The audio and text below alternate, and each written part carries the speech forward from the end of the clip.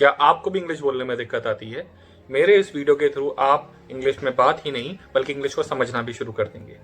ज़्यादा जानकारी के लिए मेरे वीडियो को अंत तक देखें और फॉलो करें मेरे चैनल को भी। पहला तरीका है इंग्लिश बोलने का कि इंग्लिश का थॉट प्रोसेस आप स्टार्ट करो। याद करिए आपने हिंदी कैसे सीखी थी। आपने हिंदी बहुत ही सीधे तरीके से सीखी थी। हिंदी के वर्ड्स आपके फैमिली मेंबर्स आपके आसपास बोला करते थे। आप उन वर्ड्स को समझते थे और उन वर्ड्स का यूसेज अपने सामने देखते थे और उसको समझ लेते थे। सेम यही काम हमें आज करना है। हम एक काम करें, हम अपने टेलीविजन पर एक इंग्लिश न्यूज चैनल चलाएं जो कि एक हिंदी एंकर बोलता हो। मतलब आप देखें हेडलाइंस टुडे, आप देखें CNN IBN, जिसपे कोई इंग्लिश जरूर बोल रहा है लेकिन वो है हिंदी एंकर। अब उसको समझिए, उसके वर्बल मूवमेंट्स, उसके हाव भाव, वो किस तरीके से किसी चीज को बोल रहा है और वो क्या बोल रहा है, ये समझने के लिए पिक्चर्स वहां होंगी, वीडियोस होंगे, उन्हें समझिए। और इसी न्यूज को आप हिंदी में भी देख लीजिए ताकि आपको उसका मतलब पता लग जाएगा। ये बहुत आसान तरीका है, इसे आप देख सकते हैं, कर सकते हैं। आज की डेट पे यूट्यूब पे बहुत सारे चैनल अवेलेबल है, टेलीविजन पे अवेलेबल है, आपके पास बहुत सारे सोर्सेज हैं। आप इन्हें देखिए, देखने के बाद जो भी मतलब निकला वो समझिए और फिर खुद एक रूम में बैठिए और उसी का समराइजेशन आप बोलने की कोशिश करिए। देखिए, पहला स्टेप है आपको प्रैक्टिस करनी पड़ेगी। प्रैक्टिस के लिए कंटेंट आपके पास टेलीविजन से आया, वहां से आपने इंग्लिश वर्ड सुने जो आपकी वोकैबुलरी को बढ़ाएंगे, उनका मतलब आपको हिंदी से भी समझ आ गया और उसकी प्रैक्टिस। मैं जानता हूं शुरू में दिक्कतें आएंगी पर धीरे धीरे आप इस दिक्कत से बाहर निकलेंगे। चलिए, अगर जो आपका न्यूज में इंटरेस्ट नहीं है तो आप अपने चैनल बदल के कर सकते हैं न्यूज की जगह मैच क्रिकेट का भी हो सकता है, फुटबॉल का भी हो सकता है, हॉकी का भी हो सकता है, आपको डिसाइड करना है। दूसरी चीज जो करनी है वो आपको अपने कंसंट्रेशन पावर पे काम करनी है। अब ये कैसे बढ़ेगी? हर एक चीज एक्सरसाइज के थ्रू ही बढ़ती है। कंसंट्रेशन की भी एक्सरसाइजेस हैं। एक सिंपल सा काम करिए, टीवी चलाइए, टीवी के ऊपर एक क्लॉक रखिए, अपना ध्यान उस क्लॉक पे रखिएगा, टीवी पे नहीं, और टीवी पे चैनल चलाइए कोई म्यूजिक। ध्यान करिए कितनी देर तक आप उसे देख सकते हैं। रोज प्रैक्टिस करिए, वरना मेडिटेशन योगा तो हमेशा से बने हैं आपके ध्यान को बढ़ाने के लिए। तो हमने क्या किया, पहले हमने टीवी पे चैनल देखा, वहां से मतलब जाना, बोलना शुरू किया। दूसरा काम हमने किया मेडिटेशन के थ्रू अपना थॉट प्रोसेस और भी स्ट्रांग करना, अपने दिमाग को रिफ्रेश करना और स्ट्रांग बनाना। 2 प्रोसेस हो गए। अगला आप आइए, रात को जब आप सोने जाते हैं, सोने से आधे घंटे पहले कोई भी इंग्लिश की बुक उठाइए जो कि 8वीं क्लास की हो। ज्यादा बड़ी क्लास ना उठाएं, 8वीं क्लास से स्टार्ट करें और उसे पढ़ना शुरू करें। मैं क्या करना चाह रहा हूं, मैं फिर से आपको वर्ड्स दे रहा हूं, वर्ड्स का यूसेज दे रहा हूं और सेंटेंस दे रहा हूं। याद करिए, जब आपसे कोई पूछता है व्हाट इज योर नेम, तो आपके मुंह से बेधड़क निकल जाता है my name is Manish Kumar. ये आपने बचपन से याद किया है।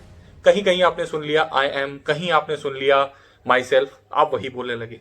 यही चीज मैं चाहता हूं, आपने जो किताब में पढ़ी, किताब बहुत सही चीजें बताती है, लिखती है, हमने वही पढ़ा और हमने वही बोलना शुरू किया, तो मैंने फिर आपको वर्ड्स दिए। अब मुझसे बहुत सारे लोग यही बोलेंगे, सर ग्रामर की जरूरत नहीं है क्या? तो क्या वो जो किताबें आप पढ़ रहे हो उसमें ग्रामर नहीं है क्या? वहां ग्रामर है और ग्रामर की जरूरत पड़ेगी।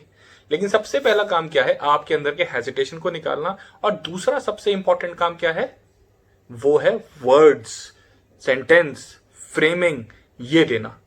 हम जब ग्रामर की बुक उठाते हैं उसमें भी हमारे पास जो सब्जेक्ट होता है उसमें पहला टॉपिक आप क्या पढ़ते हैं, पार्ट्स ऑफ स्पीच, जिसके थ्रू आपने सेंटेंस फॉर्मेशन सीख लिया है। अब थोड़ा सा अपनी टंग पे कमांड और कंट्रोल करने के लिए हमें टंग ट्विस्टर सीखने पड़ेंगे।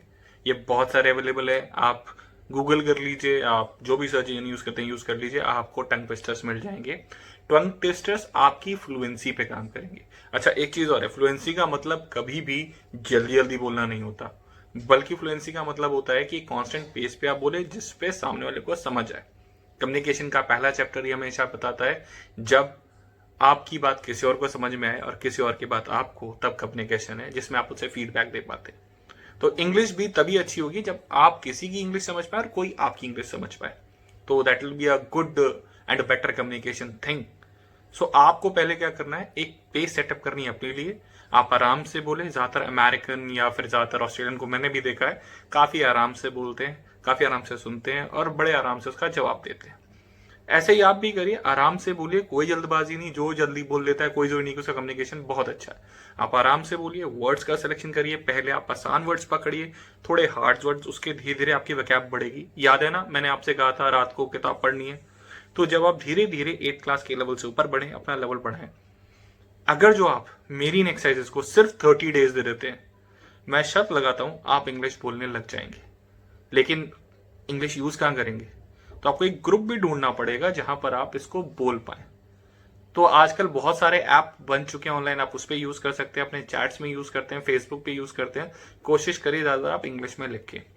और हाँ, कुछ ऐप्स हैं जो आपकी ग्रामर इंप्रूव भी करेंगे। जैसे मैं आपको सजेशन दूंगा, ग्रामर भी एक ऐप है, उससे डाउनलोड कर लीजिए। बहुत सारे फीचर उसमें फ्री ऑफ कॉस्ट है। आपकी ग्रामर चेक करेगा, आपके सेंटेंस फॉर्मेशन चेक करेगा, बताएगा आपको आप कहाँ गलत है, तो आपको बहुत सारी चीजें वहां से पता लग जाएंगी। ऐसे ब्रिटिश काउंसिल का भी एक आपको ऐप मिलेगा जो आपका टेस्ट ले लेगा, रिटन का, रीडिंग का, एंड आई गेस और भी उसमें 2-3 टेस्ट हैं जो आप चेक करके बता देगा कि आपकी इंग्लिश कैसी है। तो टेस्ट तो अलग है, लेकिन सबसे पहले प्रैक्टिस, और प्रैक्टिस में वो जो टीवी वाली मैंने आपको एक्सरसाइज बताई, that is the best exercise, उसे जरूर फॉलो करिए। मैं अपने नेक्स्ट वीडियो में आपसे और टॉपिक जानना चाहता हूं जो आप चाहते हैं मैं आपको टॉपिक पे प्रेजेंटेशन दूं। तो आप कमेंट बॉक्स में लिख सकते हैं कौन कौन से टॉपिक और होंगे। टिल देन सब्सक्राइब करिए और फायदा उठाइए ऐसे बहुत सारे वीडियोस का। Thank you.